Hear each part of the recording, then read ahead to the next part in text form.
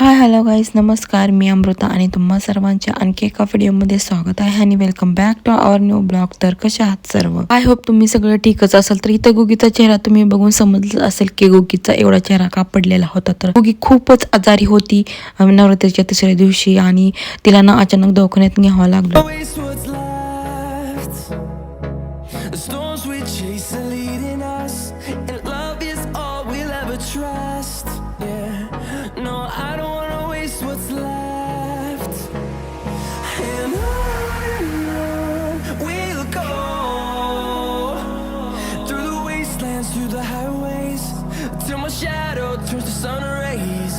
And on we'll गुगीला आदल्या दिवशी दवाखान्यात घेऊन आणलं होतं, पण काही फरकच पडेना. नंतर ना सकाळी उठल्यानंतर अचानकच रडायला लागली. माझ्या पोटात दुखायला लागलं आणि तिला घशाला खोको पण व्हावं लागलं. पूर्ण तिच्या घशामध्ये छाले पडलेले होते आणि ताप तर एवढा होता. खूपच मोठ्याने रडायला लागली. त्याच्यामुळे मला इमर्जन्सीमध्ये तिला दवाखान्यात घेऊन गेले. नंतर तिला डॉक्टरला दाखवलं, घरी घेऊन आले आणि आम्ही तसंच झोपेतनं उठून गेलेलो होतो. त्याच्यामुळे ना माझी सकाळची पूजा वगैरे, घरातले कामे सर्व काही राहिलेलं होतं. गुगीला दवाखान्यातून घरी घेऊन आले. माझी सगळी घरातली कामे वगैरे करून घेतली, भांडी घासून घेतली, किचन ओटा वगैरे साफ करून घेतलेला होता आणि पटापट कपडे धुवून वाळत वगैरे घातलेले होते. झाडून पुसून घेऊन घर वगैरे स्वच्छ केलेलं होतं. नंतर त्या दिवशी ना माझी खूपच धावपळ झालेली होती. सकाळची पूजा पण केलेली नव्हती. नंतर देवीची पूजा वगैरे करून घेतली आणि मग थोडंसं रिलॅक्स वाटलं. मोबाईलवर टाइमपास वगैरे केल्यानंतर गुगीला औषध वगैरे पाजून तिला झोपे वगैरे घातलं आणि इथं होतं मग नंतर इव्हिनिंगचा टायमिंग. आणि त्या दिवशी ना मी सकाळपासून साडी पण घातलेली नव्हती. मग साडी वगैरे वेअर केली आणि थोडासा मेकअप वगैरे करून घेतला. आणि त्या दिवशी होता नवरात्रीचा तिसरा दिवस आणि ब्ल्यू कलर होता. मग काही तरच्या डेली प्रमाणे पूजा वगैरे करायला बसली. पहिली जुनी वगैरे फुलं काढून नवीन फुलं वगैरे अर्पण करून देवीला हळद कुंकू लावून फुलं वगैरे वाहिली. त्याला हळदी कुंकू लावून फुलं वगैरे वाहिलं आणि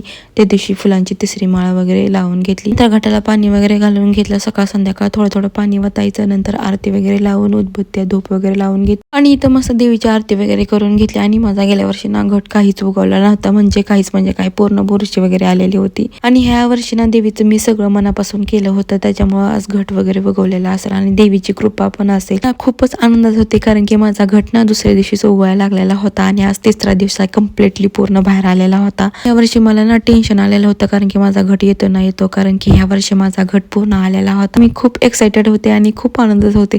ज्याला त्याला सांगत होते माझा घट उगवला म्हणून. आणि मग नंतर मस्त घरातून सगळे धूप वगैरे फिरले रोजच्या डेली प्रमाणे. आणि तुम्हाला सांगते, रोज मला एक्साइटेड व्हायची पूजा वगैरे करण्याची, कारण थोडा घट वर उगवत होता आणि वाढत होता. त्याच्यामुळे मला खूप आनंद वगैरे व्हायचा. नंतर मग तुम्हीच पाहता, इथं माझी पूजा वगैरे करून झालेली होती. आणि देवीकडे बघितलं ना, देवी अशी साक्षात प्रकट झाल्यासारखी दिसायची आणि साक्षात देवीच अवतारली असं वाटायचं मला, कारण की तिच्याकडे पाहिलं ना असं दुसरीकडे बघूच वाटत नसायचं. नंतर मस्तपैकी देवीला नैवेद्य वगैरे दाखवला आणि आज मी जेवणामध्ये बनवलं होतं भेंडी बटाट्याची भाजी, कोकडी आणि ठेचा आणि भाकर. तर असा होता माझा आजचा दिवस. तर चलो, बाय एव्हरीवन.